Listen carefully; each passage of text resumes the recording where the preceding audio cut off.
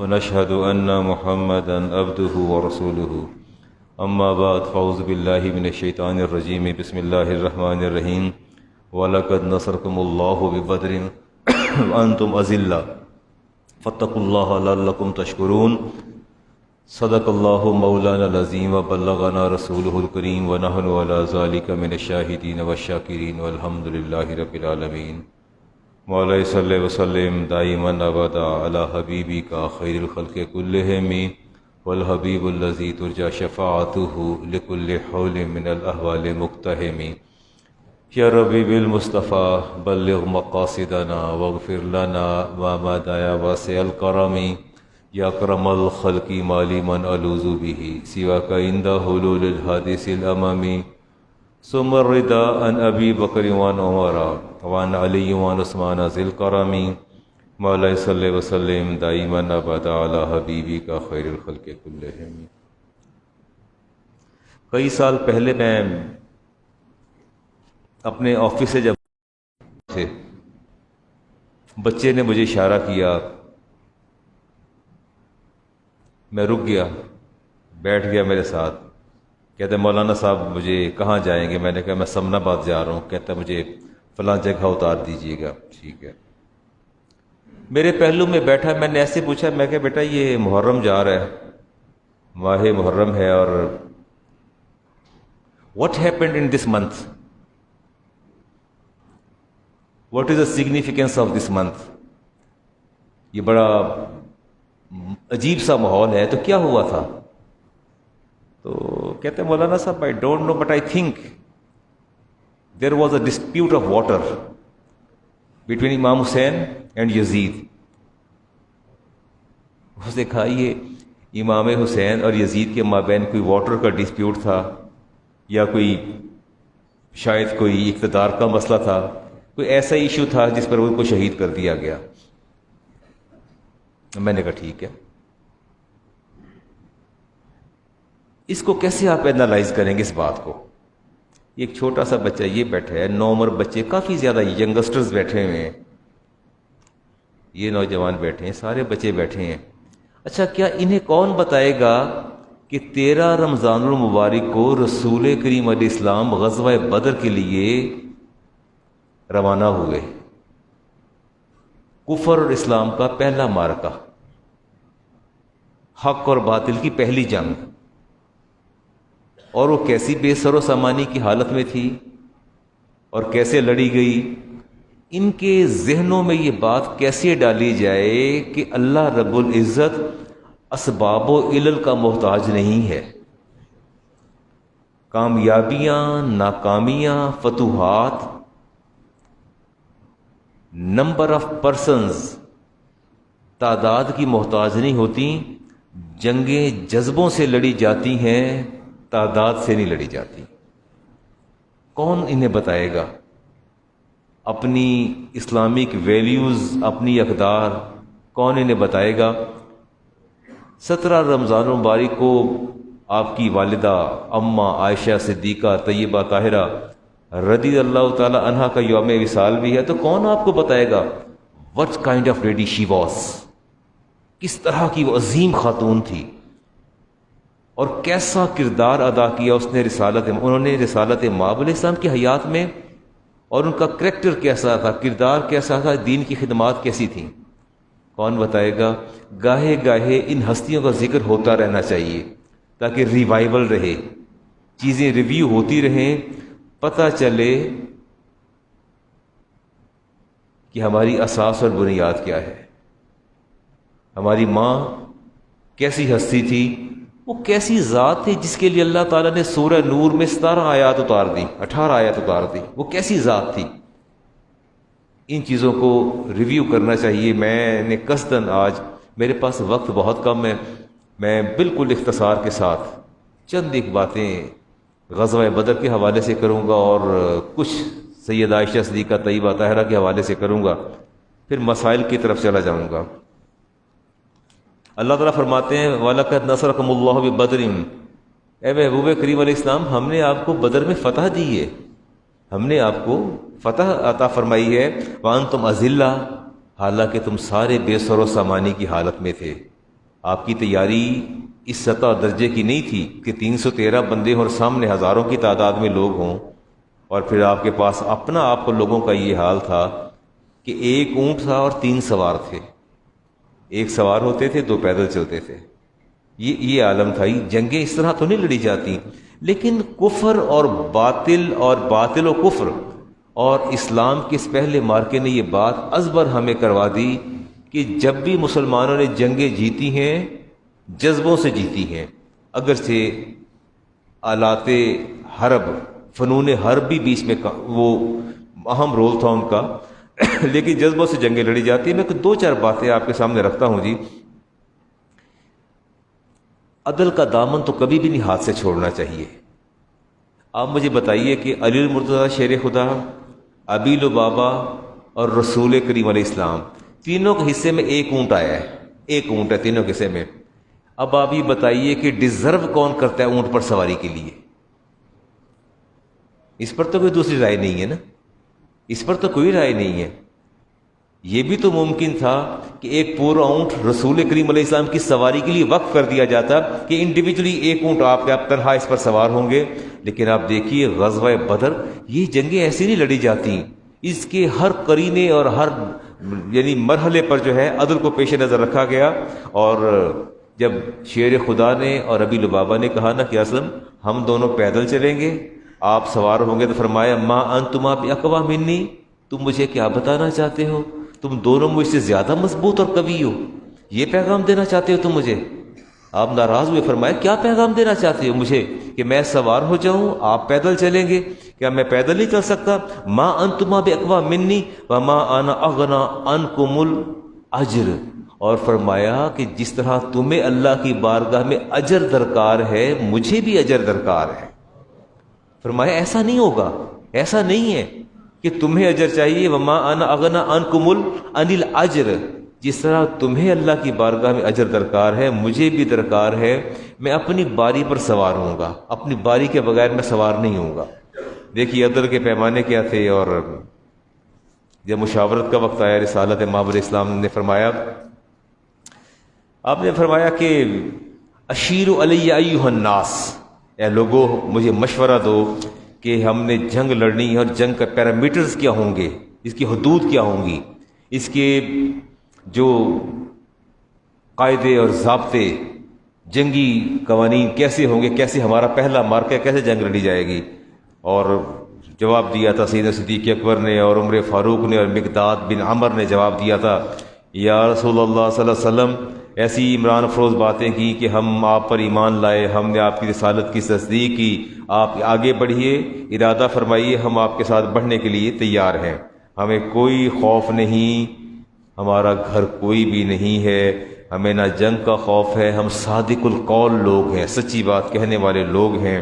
رسالت مآب علیہ السلام نے بات سن کے ان کی تحسین فرمائی، تحسین فرما کے خاموش ہو گئے۔ پھر فرمایا، پھر دوبارہ پوچھا، اشیر علی ایھا الناس، مجھے کوئی آج مشورہ تو دو کہ جنگ کیسے لڑی جائے۔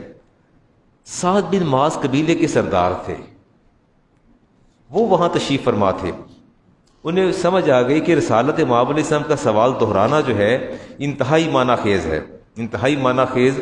جب ایک بار سوال کر دیا گیا، جواب آ گیا، پھر دوبارہ سوال کا دہرانا معنی رکھتا ہے۔ تو کہا کہ یا رسول اللہ، مجھے تو یوں لگتا ہے کہ جیسے واللہ کفأنک تریدون، یا رسول اللہ لگتا ہے کہ آپ ہماری رائے جاننا چاہتے ہیں، انصار کی رائے جاننا چاہتے ہیں۔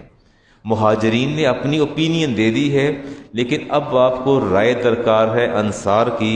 کہتے ہیں کہ فمدی یا رسول اللہ، آپ قدم آگے بڑھائیے، قدم بڑھائیے، لما عرفت ونحن معک، ہم آپ کے ساتھ ہیں۔ فوالذی بعثک بالحق لو استعرضت بنا البحر، خدا کی قسم اگر آگے سمندر بھی آ جائے گا تو ہم سمندر میں بھی کود جائیں گے۔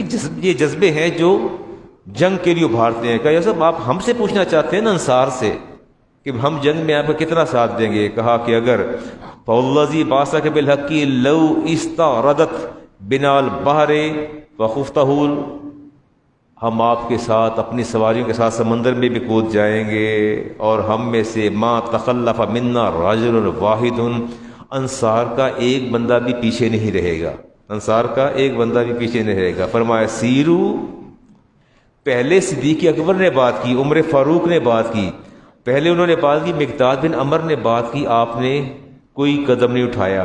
جب آپ سے بات کی سعد بن معاذ نے جب بات کی تو آپ نے فرمایا سیرو وابشروا فإن اللہ قد وعدنی، فرمایا اٹھو چلو تیاری کرو اپنے اس غزوے کی، اپنے جہاد کی۔ فرماتے ہیں ان اللہ قد وعدنی، اللہ نے مجھ سے وعدہ کر لیا، واللہ لکأنی الآن انظر الی مسارع القوم، خدا کی قسم میں اس بدر کے میدان میں کفار کی لاشوں کے ٹھکانے دیکھ رہا ہوں۔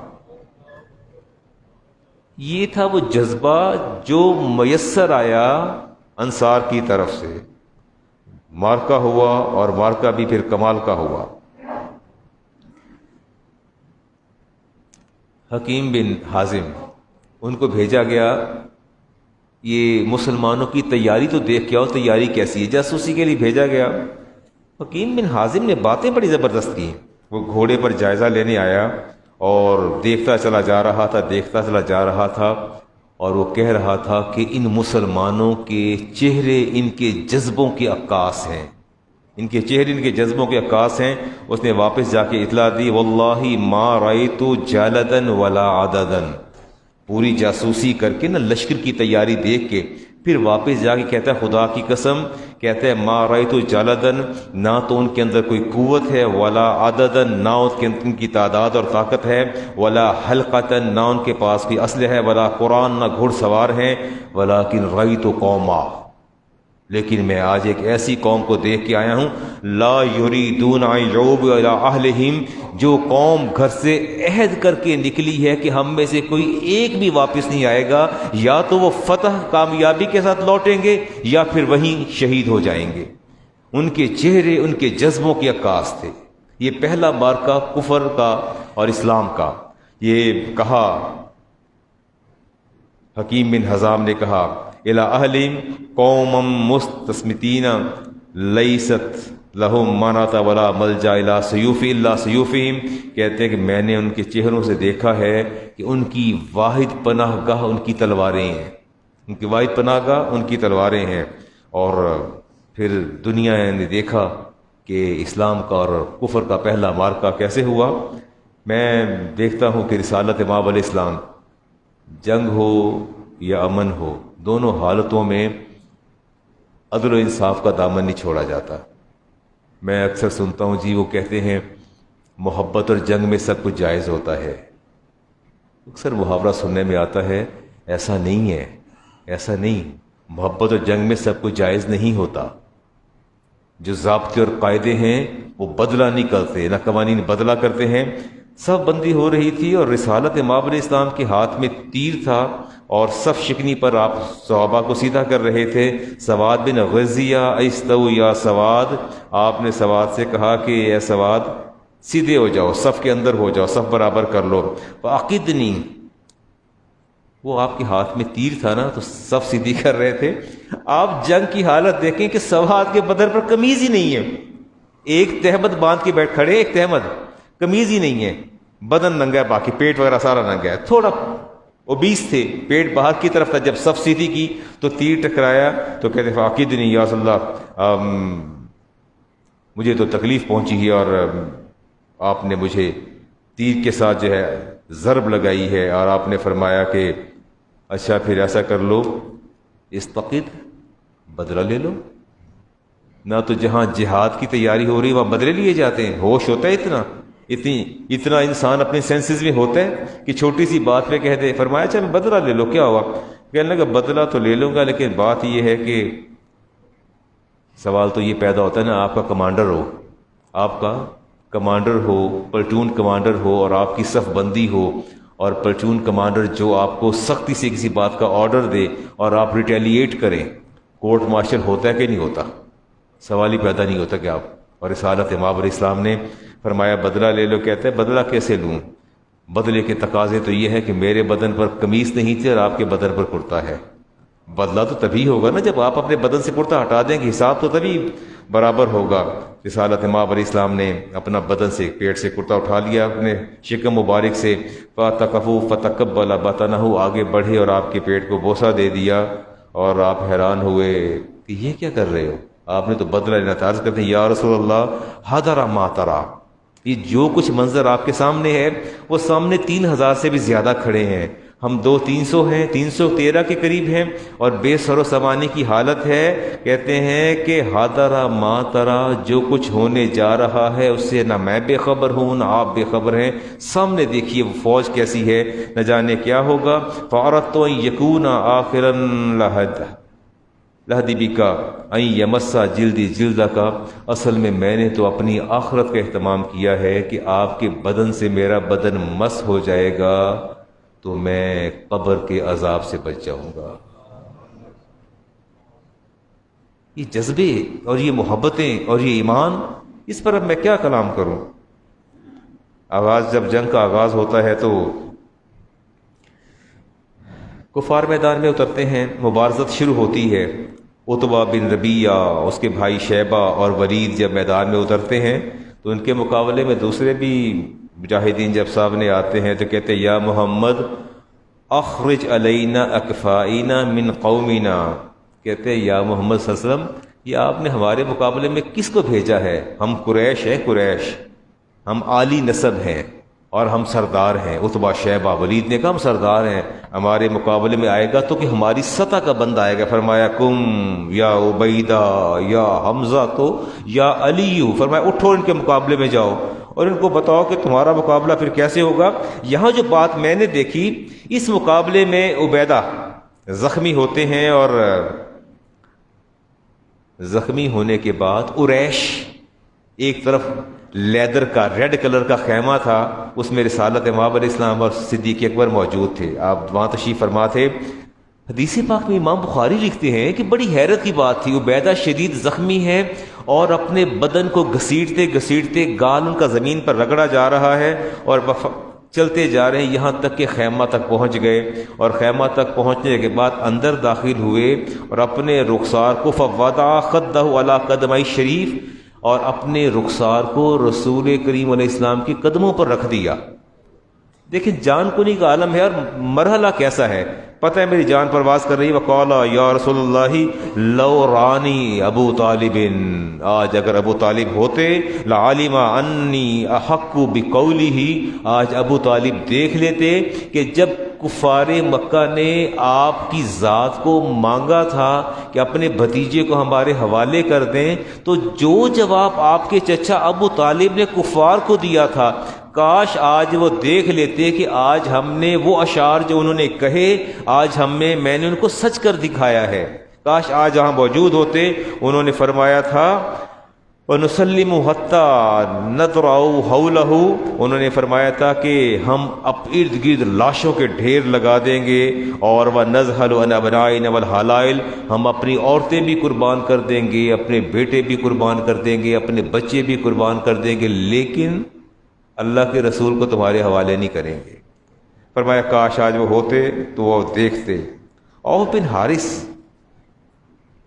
رسالت محمد کے پاس کہتے یا رسول اللہ ما یدھک الرب من عبدہ، یہ اللہ تعالیٰ اپنے بندے سے سب سے زیادہ خوش کس وقت ہوتا ہے؟ جب مبارزت ہو رہی ہو اور بندہ میدان جنگ میں آئے ہو، اللہ زیادہ خوش کس بات سے ہوتا ہے؟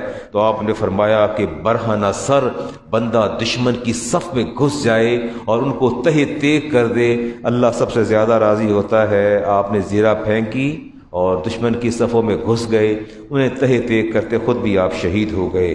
رسالت مآب علیہ السلام پر جو قربانیاں دی گئی، صحابہ نے جو جان نثاریاں کی، وہ کمال کی دیکھنے والی تھی۔ مجھے خطبہ سعد بن عبادہ کا جو خطبہ دیا تھا، اس خطبے میں انہوں نے کہا تھا کہ خدا کی قسم اگر سمندر بھی سامنے آ جائے گا تو ہم سمندر میں کود جائیں گے۔ اور مجھے وہ اشعار بڑے زبردست جذبے کو فروغ دینے والے، کہتے ہیں اپنا حفیظ جالندری کہتے ہیں نبی کا حکم ہو تو کود جائیں ہم سمندر میں، نبی کا حکم ہو تو کود جائیں ہم سمندر میں، اور جہاں کو محو کر دے نعرہ اللہ اکبر میں۔ غلامان محمد جان دینے سے نہیں ڈرتے، یہ سر کٹ جائے یا رہ جائے پرواہ نہیں کرتے۔ کہتے ہیں کہ تھے ان کے پاس 2 گھوڑے، 6 زرہیں، 8 شمشیریں، پلٹنے آئے تھے یہ لوگ دنیا بھر کی تقدیریں۔ اب بات سنیں نا، بات کیسی کہی ہے۔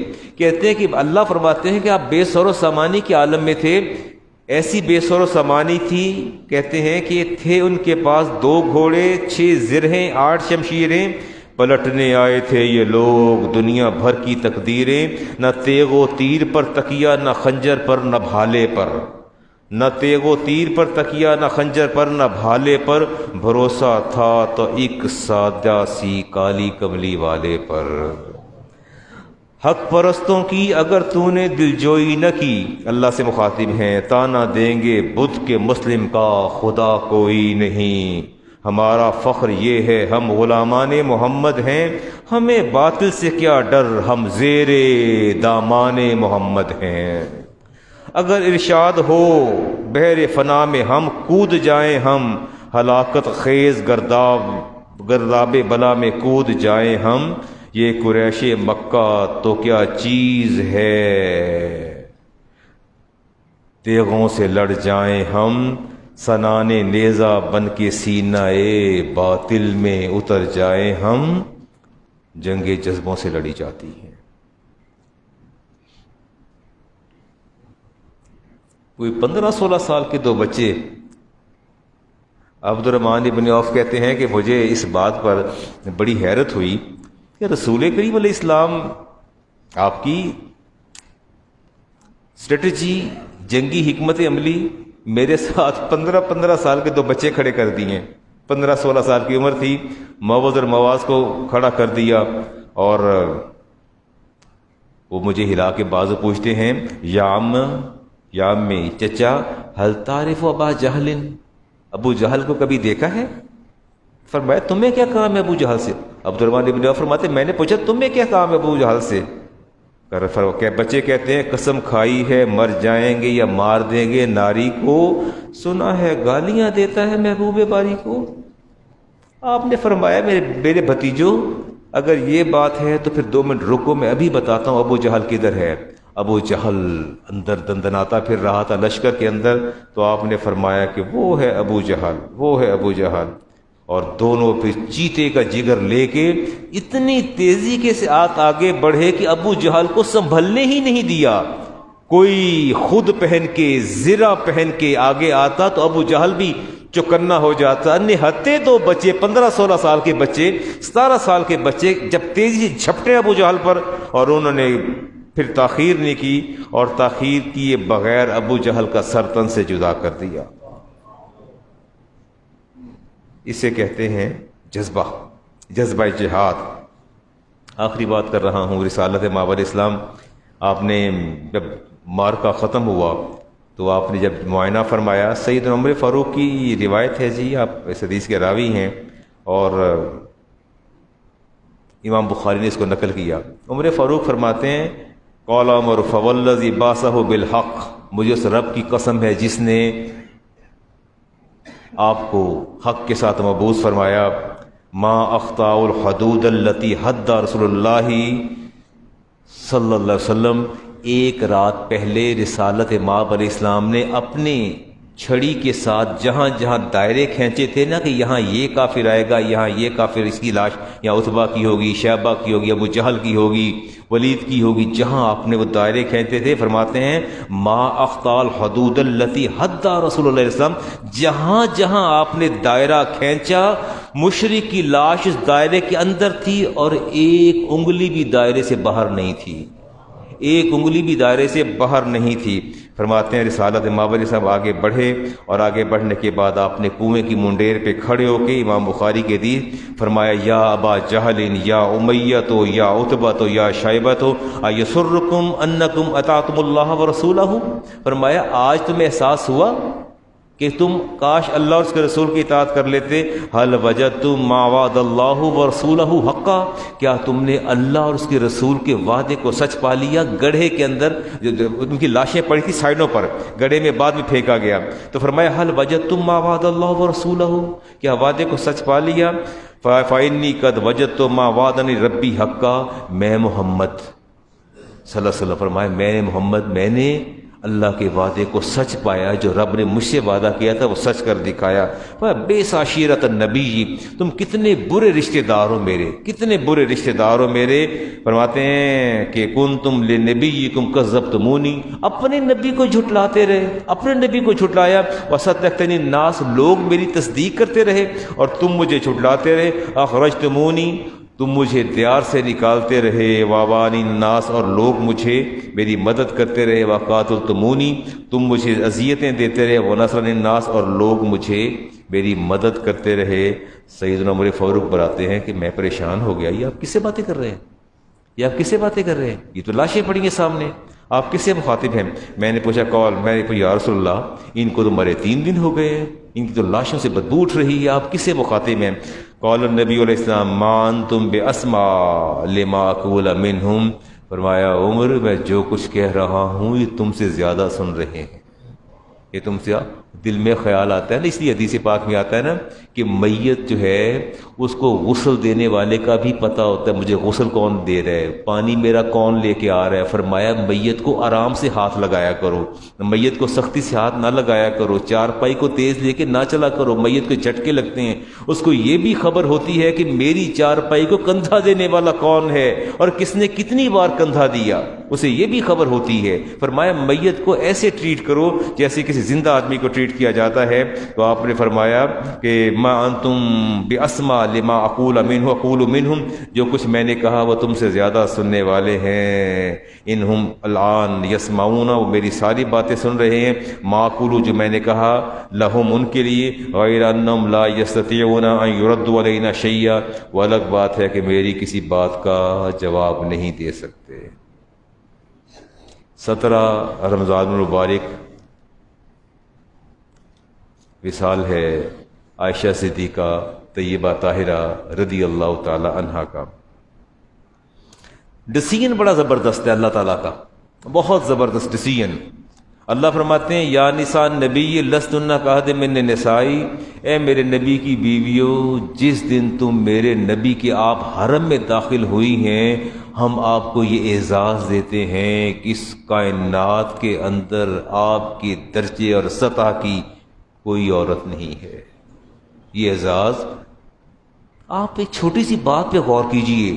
عرب کی خاتون، عرب کی ایک خاتون جسے کوئی جانتا بھی نہیں، ایک محدود لوگ جانتے ہیں، جب وہ حرم مصطفیٰ میں داخل ہو جاتی ہے تو اللہ فرماتے ہیں کہ ہم آپ کو اپنے نبی کے حرم میں داخل ہونے کا یہ اعزاز بخشتے ہیں کہ لستن کعہد من النساء، کہ آج کے بعد کوئی عورت آپ کی مثل ہو ہی نہیں سکتی. اعزاز ہے آپ کا. ہماری مائیں، ان کی مثل کوئی بھی نہیں ہے. رسول کریم علیہ السلام نے ارشاد فرمایا ما رأيت أحدا عالم، عروہ بن مسعود فرماتے ہیں ما رأيت أحدا عالم بشعر ولا فریدۃ ولا عالم بفقہ من عائشہ. ہم نے میراث کے علم میں، ہم نے اشعار کے علم میں اور ہم نے فقہ کے علم میں عائشہ سے بڑھ کر کوئی فقیہ نہیں پایا، کوئی میراث کا ماہر نہیں پایا.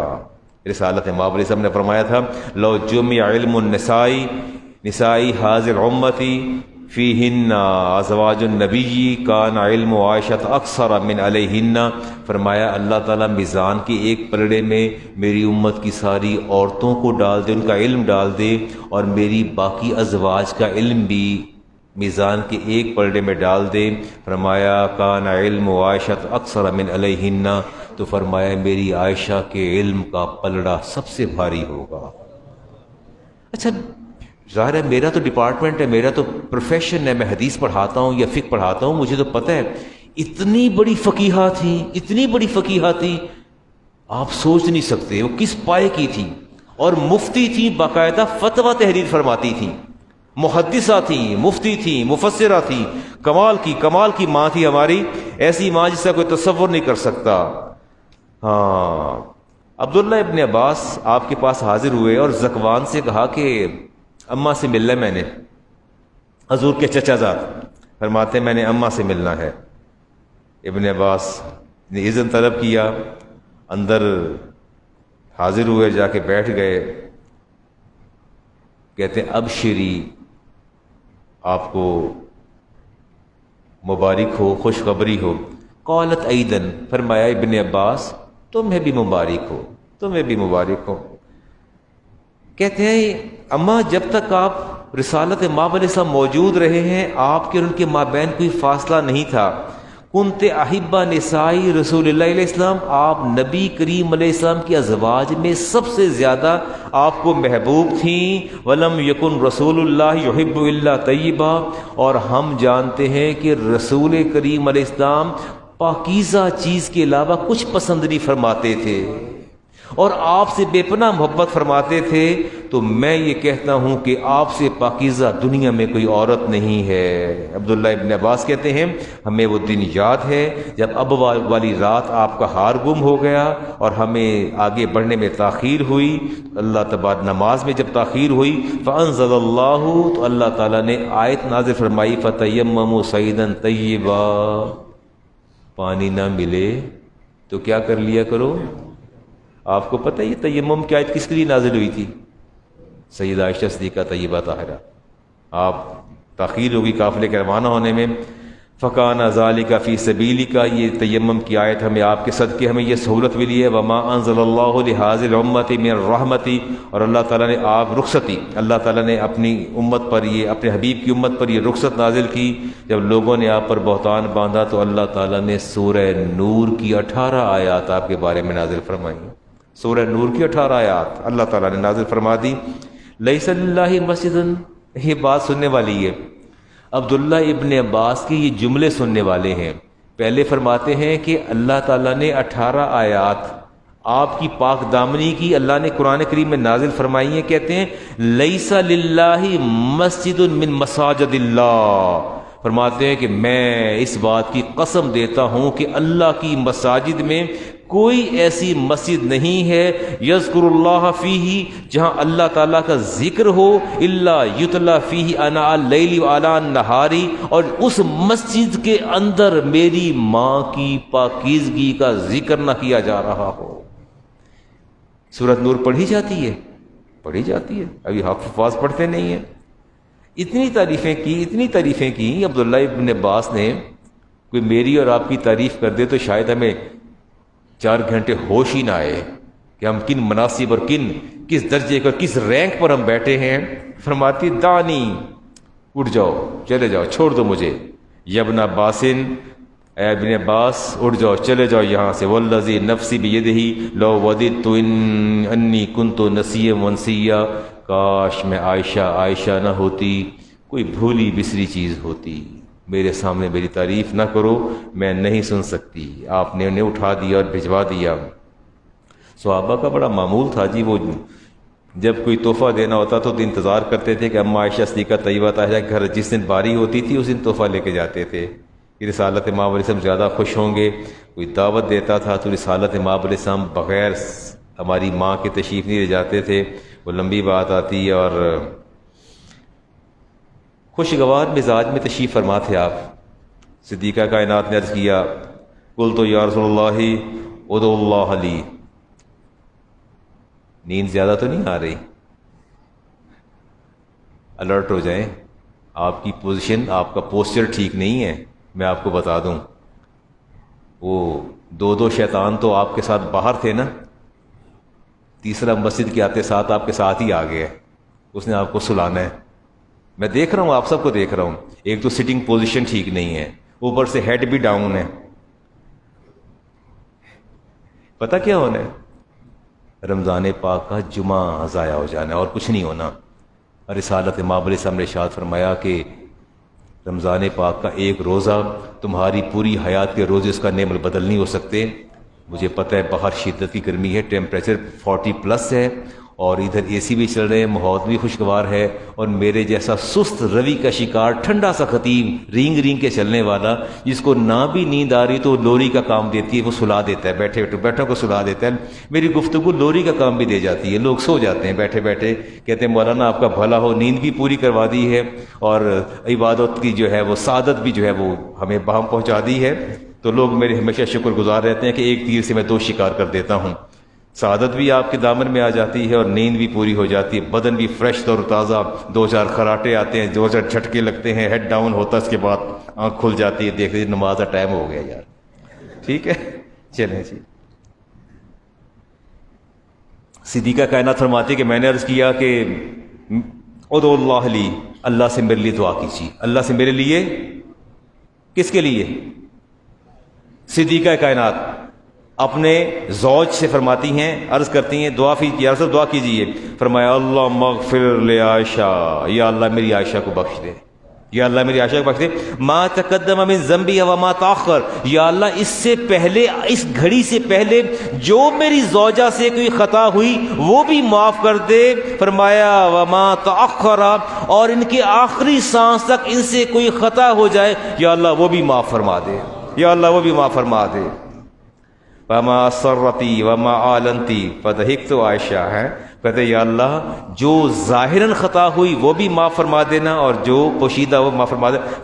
فضحکت عائشہ، زور زور سے ہنسنا شروع کر دی، ہنسی نکل گئی۔ دیکھیں نا، اگر پہلے مرحلے پر کوئی بات سنی جائے آپ ہنس پڑی، تو فرمایا قال اللہ رسول اللہ، آپ نے فرمایا یسرکی دعائی، کیا میری دعا اچھی نہیں لگی؟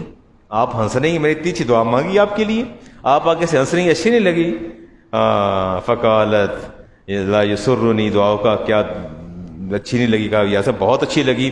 اب سنیے گا حدیث کا آخری لفظ سنیے گا، فرمایا واللہ، مجھے خدا کی قسم ہے، انہا لدعائی، یہ وہ دعا ہے، لامتی فی کل صلاۃ، کہ میں اپنی امت کے لیے ہر نماز کے بعد یہی دعا مانگتا ہوں۔ کیا دعا مانگتا ہوں؟ یا اللہ میری امت کو بخش دے، میری امت کے جو ماضی کے گناہ وہ بھی بخش دینا، اور جو آئندہ ہو جائیں ان سے وہ بھی معاف کر دینا۔ 200 صحابہ اور تابعین کی استاد تھیں صدیقہ کائنات، 48 سال علم کا نور پھیلاتی رہیں، فتویٰ دیتی رہیں، ہر سال حج کرتی رہیں، اور آپ فرماتی ہیں کہ مجھے اعزازات حاصل ہیں، وہ اعزازات جو کسی کو حاصل نہیں ہیں۔ 13 دن آپ بیمار رہے، جس میں 8 دن آپ نے میرے گھر میں گزارے ہیں، 8 دن آپ نے میرے گھر میں گزارے ہیں۔ میں وائنڈ اپ کر رہا ہوں جس چیز کو، آپ فرماتی ہیں کہ اچھا یہ بڑی زبردست حدیث ہے جی، امام بخاری اور امام مسلم دونوں نے نقل کیا۔ قالت قال علیہ وسلم انی العالم اذا كنت انی راضیۃ واذا كنت ان علی غضبنی، رسالت مابری صاحب نے فرمایا کہ عائشہ جب آپ ہم سے ناراض ہوتی ہیں تو بھی ہمیں خبر ہو جاتی ہے، اور جب راضی ہوتی ہیں تو بھی خبر ہو جاتی ہے۔ ہاں فرماتی کیا پیمان ہے، کیا بذریعہ وہی خبر ہو جاتی ہے یا کیسے آپ کو پتہ چل جاتا ہے؟ قالت فقلت ومن عین تعرف ذلک، یا رسول پتہ کیسے چلتا ہے میں آپ سے ناراض ہوں؟ میں تو زبان سے بات ہی نہیں کرتی، میں تو خاموش ہوتی ہوں، آپ کو کیسے پتہ چل جاتا ہے؟ تو آپ نے فرمایا اما اذا كنت عنی راضیۃ، جب آپ ہم سے راضی ہوتی ہیں، فانک تقولین لا ورب محمد، جب آپ ہم سے راضی ہوتی ہیں تو کہتی ہیں کہ مجھے میرے محمد کے رب کی قسم ہے۔ جب آپ ہم سے راضی ہوتی ہیں تو کیا کہتی ہیں کہ مجھے محمد کے رب کی قسم ہے۔ فرمایا وَإِذَا كُنْتِ غَضَبِي، جب آپ ہم سے ناراض ہوتی ہیں، لا ورب ابراہیم، تو آپ کہتی ہیں مجھے ابراہیم کے رب کی قسم ہے۔ مجھے کس کی قسم ہے؟ ابراہیم کے رب کی قسم ہے۔ تو اس سے یہ ہوتا ہے کہ ناراضگی کا جذبہ بھی ایکسپریس ہو جاتا ہے اور خطا کا ارتکاب بھی نہیں ہوتا۔ اللہ تو ابراہیم کا بھی رب ہے نا، اس میں تو کوئی شک نہیں، سب کا رب ہے۔ بس یہ بات آپ فرماتی ہیں اللہ تعالیٰ نے مجھے ان اعزازات سے نوازا ہے جو کسی کو نہیں نوازا۔ فرماتی میں واحد آپ کی وہ زوجہ ہوں جو کنواری تھی، اور کوئی کنواری نہیں تھی۔ میرے دونوں والدین مہاجر ہیں، میری ماں بھی مہاجر، میرا دادا بھی اور میرے والدہ بھی، اور کوئی مہاجر نہیں۔ میری پاک دامنی اور برات اللہ تعالیٰ نے خود بیان کی۔ میرے نکاح کا فیصلہ اللہ نے آسمانوں پر فرمایا، فرماتی میں واحد آپ کی زوجہ ہوں جو آپ کے ساتھ ایک ہی برتن میں پانی پیتی تھی. مجھے یہ بھی اعزاز حاصل ہے کہ آپ تہجد پڑھتے تھے اور ادا فرماتے تو میں قدم سمیٹ لیتی تھی, اور کئی بار وہی میرے بستر پر نازل ہوتی تھی, کئی بار وہی میرے بستر پر نازل ہوتی تھی. بوقت وصال آپ میرے حجرے میں موجود تھے, میرے گھر آپ کا قیام تھا, اور پھر مجھے وہ اعزاز حاصل ہے, قیامت تک یہ اعزاز کسی کو نہیں مل سکے گا. اس میں میں بالکل جداگانہ حیثیت کی مالک ہوں کہ میرے نبی کا روضہ انور میرے حجرے کے اندر ہے. کیسی بات ہے, کیسی بات ہے. اس اعزاز کو کہاں سے ڈھونڈ کے لائیں گے جی؟ چلیں جی, کچھ باتیں کرتے ہیں آپ سے, مسائل ڈسکس کرتے ہیں, چھوٹی چھوٹی باتیں کرتے ہیں آپ سے. پروویڈنٹ فنڈ پہ زکوٰۃ دیں گے آپ؟ روزے کے مسائل بھی بیان کرتا ہوں, چھوٹی چھوٹی باتیں کر لیتا ہوں جی. پروویڈنٹ فنڈ پہ آپ نے زکوٰۃ دینی ہے یا نہیں دینی؟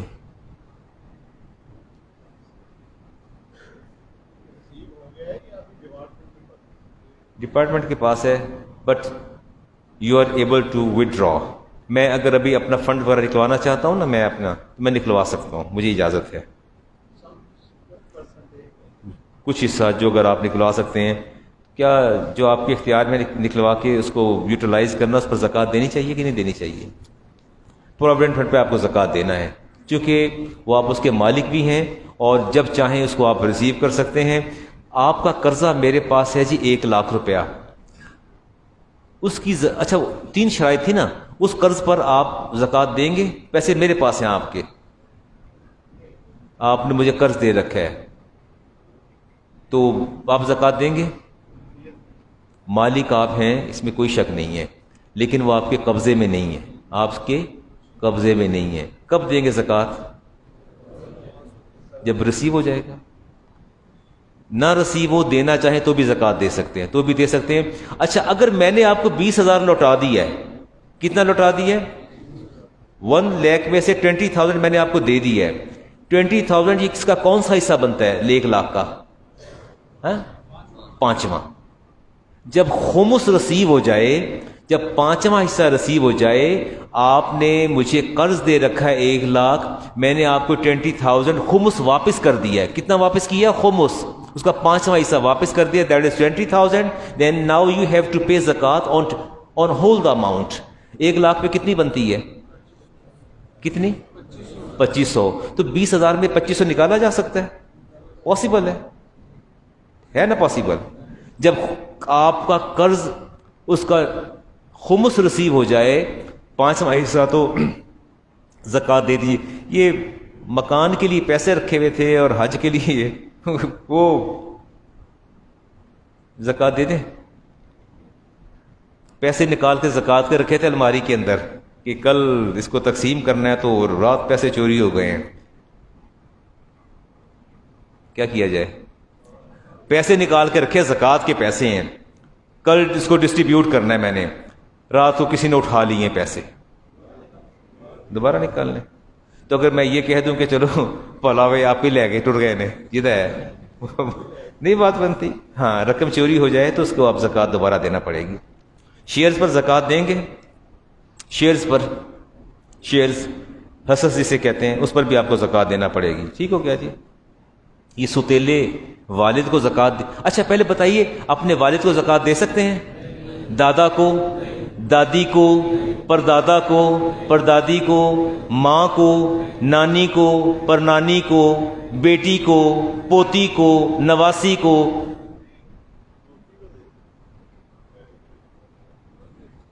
نہیں. اصل اور فرع, اصل اور فرع. فرع کہتے ہیں برانچ کو, فرع کسے کہتے ہیں؟ اصل کہتے ہیں اوریجن کو. آپ کا اوریجن کیا ہے؟ باپ. آپ کا اوریجن آپ کا باپ ہے نا, والد ہے آپ کی؟ نہیں, یس. ماں آپ کا اوریجن ہے. آپ کا وجود تخلیق کس سے پایا ہے؟ ماں اور باپ سے. یہ آپ کا اصل ہے, یہ آپ کا کیا ہے؟ اصل ہے. ان کا وجود کس سے تخلیق پایا؟ آپ کے دادا دادی سے. ان کا کس سے پایا؟ پردادا پردادی سے. یہ آپ کا اصل چل رہا ہے. ٹھیک ہے. اب ادھر ماں کی طرف آ جائیے. ماں آپ کا اصل ہے؟ اصل ہے نا, ماں جنم دیا نا ماں نے, اصل ہے. نانی, ماں کہاں سے آئی؟ نانی نانا سے, پرنانی پرنانا سے. یہ آپ کا اصل ہے. فرع کہتے ہیں برانچ کو. آپ کی برانچ کیا ہے؟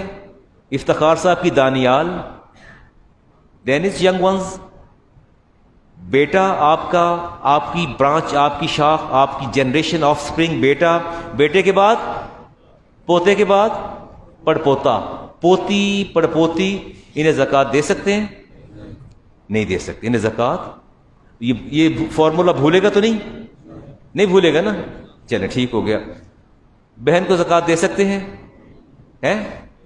دے سکتے ہیں. بھائی کو دے سکتے ہیں، بھائی کو دے سکتے ہیں. سوتیلے باپ کو، سوتیلی ماں کو، یا سوتیلے بھائی کو، سوتیلی بہن کو، رضائی بھائی کو، سب کو زکوٰۃ دی جا سکتی ہے، سب کو زکوٰۃ دی جا سکتی ہے. دیکھیں میں نے آپ کو چھوٹی چھوٹی باتیں سمجھاتا ہوں. یا سونے میں ملاوٹ ہوتی ہے تو وہ کوئی، مجھے نہیں پتا، کوئی 20 کیرٹ یا پتہ نہیں اسی طرح کوئی ہوتا ہے. کوئی ہے کسی کے ذہن مائنڈ میں کوئی 24 کیرٹ کا اوریجنل ہوتا ہے؟ تو جو 21 کیرٹ، اسے تو آپ کیسے کریں گے جو اس کے اندر ملاوٹ ہے؟ دیکھیں جی 21 کیرٹ کا مجھے بچے نے بتایا کہ اس میں ملاوٹ ہوتی ہے اور 24 کیرٹ کے اندر ملاوٹ نہیں ہوتی. اچھا 21 کیرٹ کا گولڈ جو ہے وہ ہمارے ہے گھر میں موجود ہے، تو 3 کیرٹس جو ہیں وہ اس میں وہ ملاوٹ ہے، تو زکوٰۃ کی ادائیگی سے پہلے سونے کے اندر سے وہ ڈیڈکٹ کر لی جائے، وہ جو کیرٹس ہیں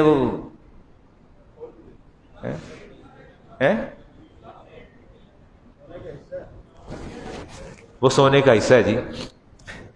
اس میں آپ نے دیکھنا ہے کہ غالب دھات کون سی ہے. غالب دھات کون سی ہے؟ سونا غالب ہے یا وہ نہ خالص جو اس میں آپ نے ملاوٹ کی ہے وہ غالب ہے؟ سونا ہی غالب ہے نا.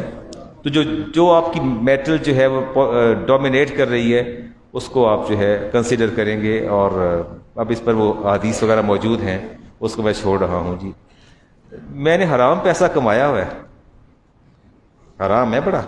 گھر کے باہر لکھا ہے حاذا من فضل ربی، بھی موٹا سا لکھ کے لگایا ہوا ہے. زکوٰۃ دینی، میرے پاس پیسہ سارا ہے، شراب بیچتا ہوں میں، یہ میچ پر جوا بھی لگاتا ہوں، اور کلیئر کٹ میرے ذرائع جو ہیں وہ حرام ہیں، میرے سورسز جو ہیں وہ ان لافل ہیں، حرام ہیں.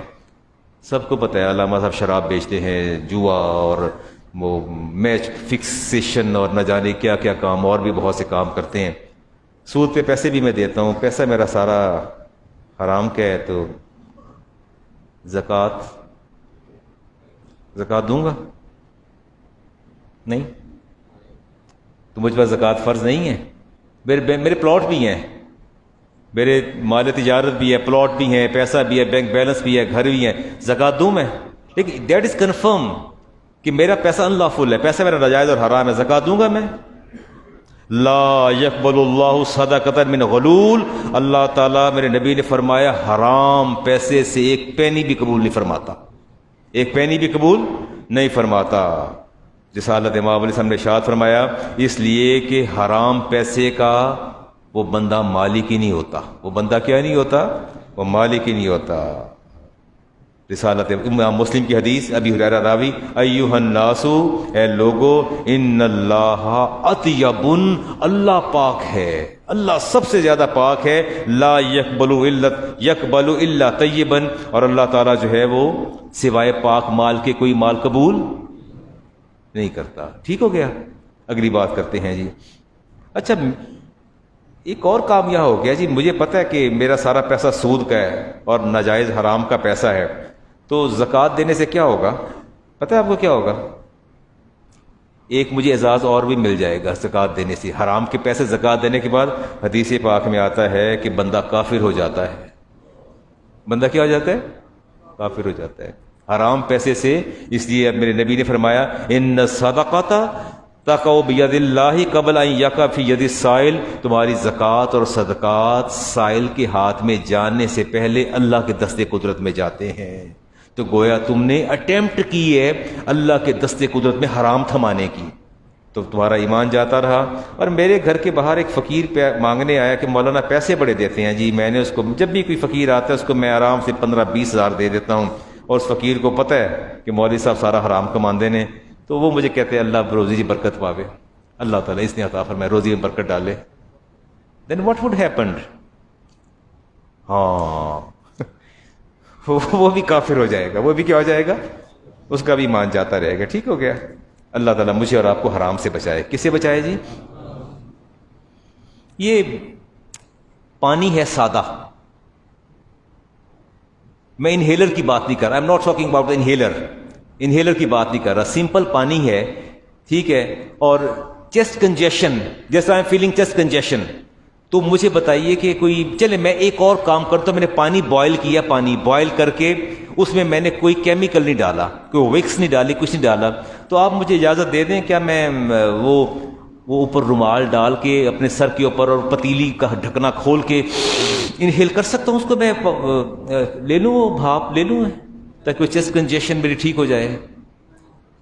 کیا کہیں گے آپ؟ کو رائے دیا کرے نا، مشورہ دیا کرے کہ دیکھیں سمپل پانی ہے، سمپل واٹر ہے، اس میں کچھ نہیں ہے، کوئی میں نے وکس نہیں ڈالی، کوئی کیمیکل نہیں ڈالا، نتھنگ ایٹ آل، بالکل پلین واٹر ہے، جسٹ بوائلڈ واٹر ہے، اس کے ویپرز اٹھ رہے ہیں، and I am trying to inhale that vapours, میں اس کو ہیل کر رہا ہوں، اندر کھینچ رہا ہوں، تو کیا ہوگا؟ ٹوٹ جائے گا. چلے جی، ہاں روزہ ٹوٹ جاتا ہے، ابو داؤد شریف کی حدیث ہے. اچھا دیکھو اس میں میڈیسن کوئی نہیں اس کے اندر، میں نے یہ بھی بتا دی ہے. کون رسول اللہ اذا افطر قال ذهب الظماء، جب رسالت امام سے ہم روزہ کھولتے تو فرماتے کہ پیاس جاتے رہی، وبطلت العروق، اور رگیں تر ہو گئیں، رگیں کیا ہو گئیں؟ اندر وین ساری تر ہو گئیں، وثبت العجر انشاءاللہ، اور ہمیں اللہ کی بارگاہ ہمیں امید ہے کہ اللہ تعالی ہمیں اس کا اجر عطا فرمائے گا. تو یہ جو ویپرز ہیں وہ اٹھیں گے بھاپ کے، میرے ناک میں جائیں گے، ناک کے بعد کہاں جاتے ہیں؟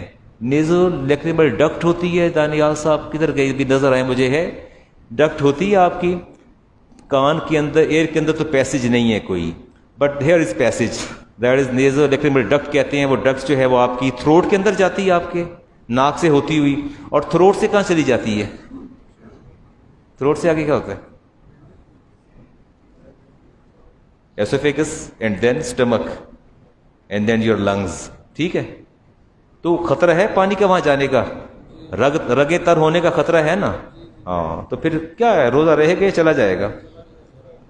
چلیں اب یہ بتائیے کہ میں نے وکس جو ہے میں نے اپنی چیسٹ پہ لگا لی ہے، چیسٹ پہ، پھر یعنی اس کا بیرونی استعمال کیا، وکس میں نے باہر لگا لی، تو روزہ بچ جائے گا؟ بڑی مہربانی جی، آپ نے روزہ بچا لیا میرا. تھوڑی سی میں نے اٹیمپٹ اور کر لی، میں نے انگلی ڈبو کے نا یہ لٹل فنگر ناک کے اندر بھی گھسیڑ لی میں نے دونوں طرف سے، آپ نے نوسٹرلز کے اندر بھی میں نے لگا لی ہے. اب کی رائے کیا ہے، اب کیا ہوگا؟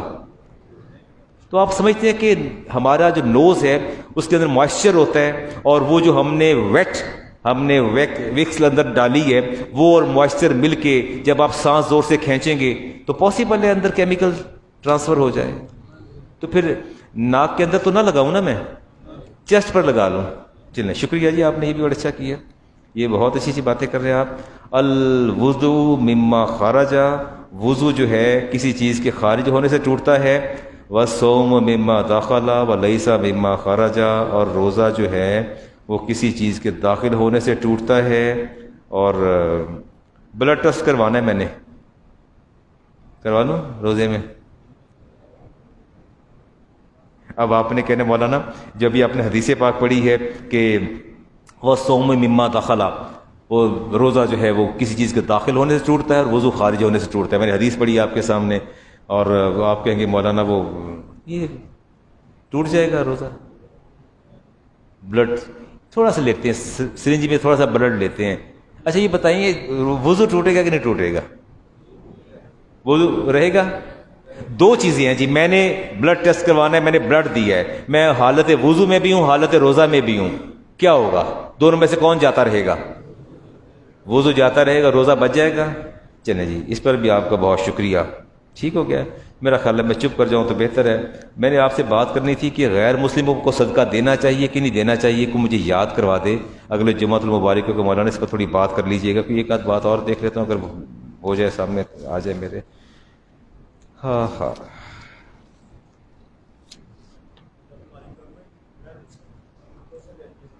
کیا؟ چلیں آپ کے سوال کا جواب دے کے بس کر دیتے ہیں جی. یہ دیکھ گاڑی جی، فرمائیے، ریپیٹ کیجیے کوشچن.